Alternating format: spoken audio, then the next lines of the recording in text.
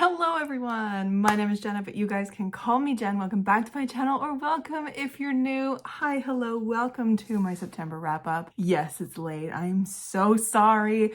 Life has been so hectic over the past little while, past couple weeks, really the past month and a half, I think at this point. It has been so chaos. My brain just has no extra space for a lot of things, and like today, it's Thursday, technically Friday already because it is currently past 1:30 in the morning. I forgot to film and edit this video for you guys. I apologize for any weirdness you're about to get from 1:30 a.m. me, which is not like an entirely unusual thing for you guys to see if you're a frequenter of my weekly vlogs, but we're gonna have a lot of weird stumble over words, I think. But anyways, hello, how are you? Please let me know in the comments how you guys are, how your October is going. I hope it's a lot less chaos than mine, and we're just gonna get into it. These are the books that I read in September and what I think about them. So I ended up reading 11 books in September. Most of them were fantasy. I think 2 ended up being sci-fi, and then 1 ended up being a thriller. So other than that, all fantasy, which is the usual. Okay, so I ended up starting the month finishing off The Dragons of Deepwood Fen, which I started back in August. And y'all, this one really did not work for me. I had such high hopes for it. It just really failed. It failed for me as a book, which is so sad. I don't know what it was missing. It was just missing something. I ended up giving it 3 stars because to me, this was a very well thought out, politically driven, incredibly world built story of all these different people, all these different characters that have different kind of tasks in this world and with dragons and all that kind of stuff. But something never clicked for me with this book, and it just fell flat. I don't even know what went wrong with this. That's really all I can tell you about this book too, because since reading this, it has vacated my brain. So I don't even know how to say anything about this. So explore the mountain city of Ancris, where fast-paced adventure and intrigue abound in this new offering from the author of the acclaimed Song of the Shattered Sands series. It follows Lorelei Aurelius, who is an inquisitor. It follows Rylan Holbrook, who is a notorious thief posing as a dragon singer. That was the coolest part. I really liked Rylan and I liked Lorelei, and I wish that this story had just focused on those two, because everything else all tangled in, everyone else all tangled in, made it too much, too muddy, and too many plot threads hanging in the air. So they eventually come together and are branded as traitors. The two flee the city on dragonback. It's all this like political machinations and stuff like that. But yeah, I gave this 3 stars. Yeah. I don't even know who to recommend it to, because I was about to say I recommend it to people who like slower fantasy books and like really epic political stuff, but I love that shit and this did not work for me, so I don't know who to recommend that to, unfortunately. Then I ended up reading an e-arc on my Kobo. Thank you, Neck Alley, for this, and thank you, Allie, for giving me the suggestion for The Mountain Crown by Karen Lowacci. This was not quite for me, but again, I will read anything with dragons in it. Truly. Anything with dragons. This was very interesting, a very interesting world, very interesting concept, and the story really held it up, but the writing was awful. Like it was hanging on by a thread. I was so annoyed the entire time I was reading it because of the writing. I, as an editor and as an author, I can't turn that part of my brain off. So it makes reading books a lot less enjoyable, even though the story is something that I want to just get lost in. So I am interested to follow this novella series as it comes out, to maybe see if it gets better or if something happens. I don't know. I gave it 3.5 stars because the story was definitely very interesting. Could I remember a lot about it? All I remember is the main character comes back to this place where where her people are like enslaved and hated upon and oppressed. And she's coming back there as a free member of her people to basically go and take a king dragon from the mountains back home to like help balance the ecosystem, essentially. So the dragons were really cool. The magic between the dragons and the people were interesting. I don't love the way the dragons were treated like pack horses and like dogs in here. That really bothered me because I am a purveyor of dragons being very intelligent and like ancient beings. So treated like pack horses, not fun, but it was an interesting take on dragons for sure. But yeah, I ended up giving that 3.5 stars. Then I ended up rereading Dark Water Daughter by Hannah Long, which was my favorite book of last year. And this was definitely a fantastic reread. I have the audiobook and this in my hands and I ate it up. A beautiful, beautiful, wintry, piratey book. So good. And I'm so glad that I reread it because then near the end of the month, I did reread Black Tide Sun, which was an incredible sequel. So I gave Dark Water Daughter 5 stars and Black Tide Sun 4.5 stars. They are both incredible books, an incredible sequel, and I have a feeling that this trilogy, whenever the third book comes out, and I think it's next year, July, around the same time, when it comes out and I get my hands on it and I gobble it up, this is going to be one of my favorite trilogies of all time because I just love Hannah Long's storytelling. I love Hannah Long's world building and character work. Having seen her do her masterwork in her standalone companion series, which is the Hollow Smoke Four Pillars series, and now getting to see her work with a full connected trilogy is so delicious. It just, this solidified Samuel Rosser as book boyfriend supreme. I love this so much. If you love pirates, if you love Pirates of the Caribbean, the movies, if you love really cinematic moments in books and characters you're just always rooting for, and a really lovely kind of slow burn romance throughout these two books that just makes your heart scream, and it's just the coolest magic and layered stuff. Like, I want to know everything, all the lore about this world. So loved these two books. I'm so glad that I finally got around to rereading this one and reading this one this year because I've been meaning to do that for months, but did that in September. Then I kind of went on a little bit of a itty bitty like short story novella length type of books. Like one of them was 26 pages, one of them was 50 some pages. So like it's the Tor.com short story collection that they have. I picked up originally Ivy Angelica Bay by C.L. Polk, who is one of my favorite Canadian authors. I absolutely love their work. I've read everything that they have out now, I believe, unless something has snuck up on me, but I've read all of Witchmark, that entire trilogy. I've read their novella that came out recently. I've read now the 2 short stories by them. I've read their original book, The Midnight Bargain. That's not their original book, but like the first one that I read was The Midnight Bargain. All this kind of stuff. I love their work, truly. And these short stories were just proof of that. So I ended up reading, as I said, Ivy Angelica Bay first, which is actually the second one, but I didn't realize that. I went in and fell in love with it. I was so enchanted by this little book. It was the perfect bite of cottagecore flavor, kitchen witch with a threat pressing in on this community. And there's a really interesting work with bees and magic in this. And I really enjoyed that short story. It was fabulously well done. And I really, really hope that C.L. Polk writes more in this world. Because after that, when I went to go fill in my review, which I ended up giving it 4.5 stars, I ended up going into some of the reviews and seeing other people mentioning the previous one in this world. And I was like, well, I gotta go read that. And that one was 26 pages. And it didn't quite hit the same as the one that was 50 some odd pages. I think it needed to be longer. It needed to be more of a story like the second one was, but it was still very good. And that one is St. Valentine, St. Abigail, and St. Brigid, who follows the older lady figure in the second one when she's little. And it was very interesting. I ended up giving that one 3.5 stars. Really, really enjoyed those two like short story novella type things. I don't even know what to classify them as. Short stories, I guess. I think that's what they're classified on as Goodreads, but I really enjoyed them and I highly recommend them. And I do recommend actually reading them in order. So go with St. Valentine, St. Abigail, and St. Brigid, and then go with Ivy Angelica Bay, because I think that'll be more satisfying. Then I ended up reading one of my favorite sci-fis that I've read this year, which is The Stardust Grail by Yume Kitase. This was so good, guys. I've read Yume Kitase's previous book, The Deep Sky, when it came out, I believe last year, might have been the year before. I can't quite remember. Time is a soup. So is my brain.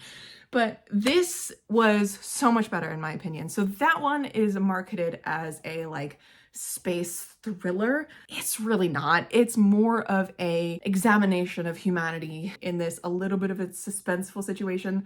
It's a literary fiction up in space. That's basically what that one ended up being. It didn't hit for me very well. I gave that one like 3.5 stars or something. This one though, this one felt like an Indiana Jones in space type of thing. Anti-colonialism, heist, aliens.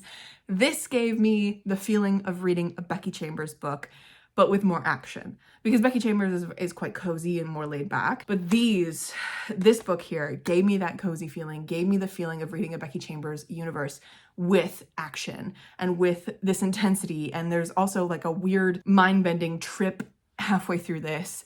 And it's so interesting and I highly recommend it. I did have trouble like wrapping my mind around it once we reached the second half because of a number of plot things that I'm not going to spoil, but I think it did stick the landing with this one, and that's why I give it 4.5 stars. I think it was very, very good, and I almost want to reread this so that I can really see what Yume Kitase was doing in painting this whole story.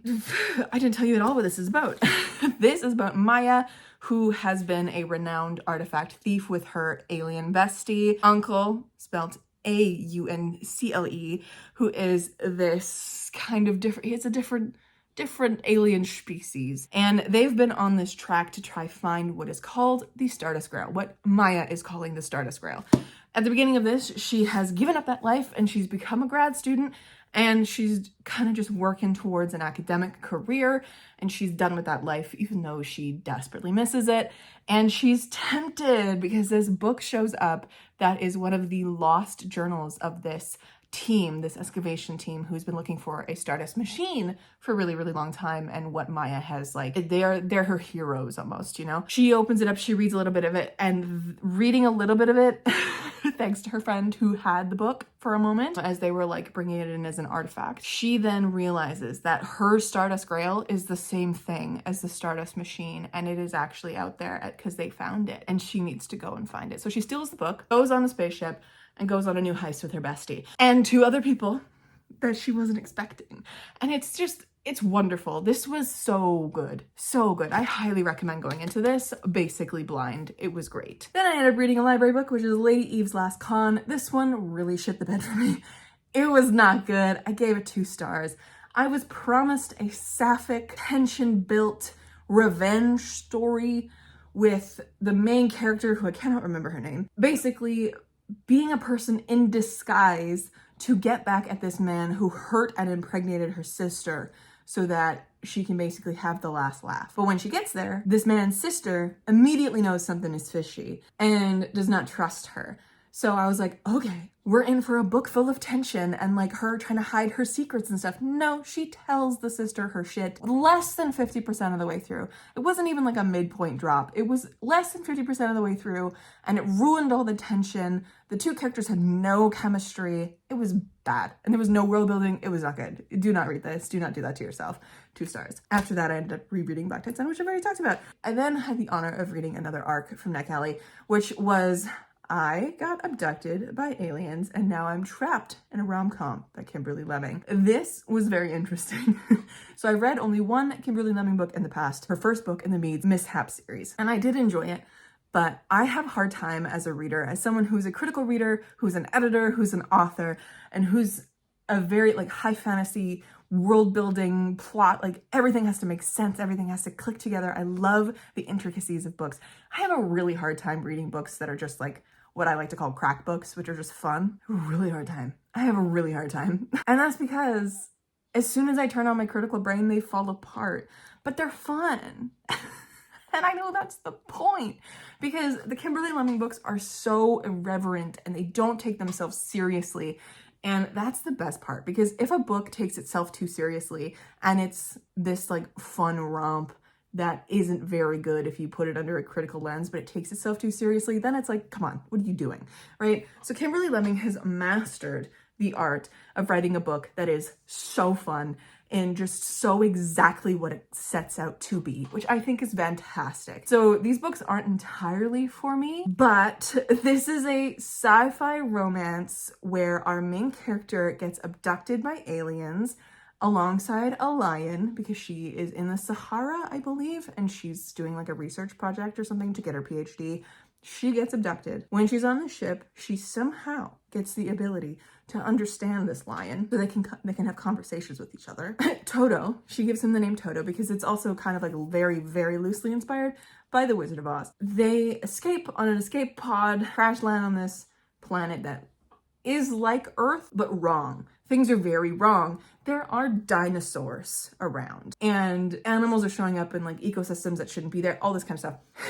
I shouldn't be explaining the world building to you. She gets dropped off there. She meets an alien. She thinks the alien is attractive. And then, oh no, a second alien comes in and both of them start fighting for her because all 3 of them got shot with this like horny juice that is essentially changing their biomes just enough so that they can all mate and have babies. So she gets double penetrated by aliens within 30% of this book. So this, if you're a monster fucker girly, you're gonna eat this up, okay? This was just not for me, I don't think. I still give it 3.5 stars. It was very fun, but I was having a hard time with it just because it was so absurd and there was no firm why to a lot of things, or like how, or what the fuck. We're also very clear that she completely just doesn't give a shit that she's left her mom on Earth and her mom has lost a daughter somewhere in the Sahara Desert. Like, that's gotta be the most terrifying thing. I want the mom's POV in a thriller. That'd be crazy. Anyways, so yeah, this was a neck alley arc. Best way I can explain this is if you took the Ice Planet Barbarian books, mixed them with Kimberly Lemming's writing style, her irreverent writing style, then slapped it together with a very, very off-Broadway drag performance show of a Technicolor Wizard of Oz and added a pink T-Rex. You get this. That's what it is. This comes out in February, so I read it quite early, but thank you, Nick Kelly. Anyways, if this at all interests you, if you love really fun books like this, you're gonna eat this up. Then I ended up reading, ooh, I moved my camera. Then I ended up reading The Spell Shop by Sarah Beth Durst. This was 5 stars. It was perfect coziness, perfect whimsical vibes. It was everything I was hoping this was and more. So this follows Kiela, who is a librarian from the Great Library, which at the beginning of this book burns. And so she's saving all these spell books and she's running away, kind of a fugitive-like, because these spell books are very illegal to have in your possession outside of the Great Library. So she flees with her best friend, who is a sentient spider plant, Kaz, and they go back to where Kiela was born, on this little island, part of the Outer Isles, like far enough away that she just wants to bury her head in the sand, not talk to anybody, and just survive. Although she realizes real fucking quickly she has no survival skills, and she definitely needs to rely on the people of this town. And then she also realizes very fast that this town and this island is dying, and it's not doing well because the magic is fucky. We love when magic is fucky.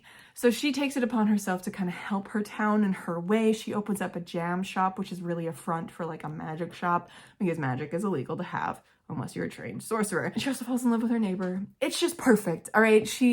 It's perfect. It's so whimsical. This book made my entire life. I ate this up. It was so fantastic. Highly recommend. 5 stars, 5 million stars. And then finally, I ended the month on a 2-star with Cold by Drew Hayden Taylor.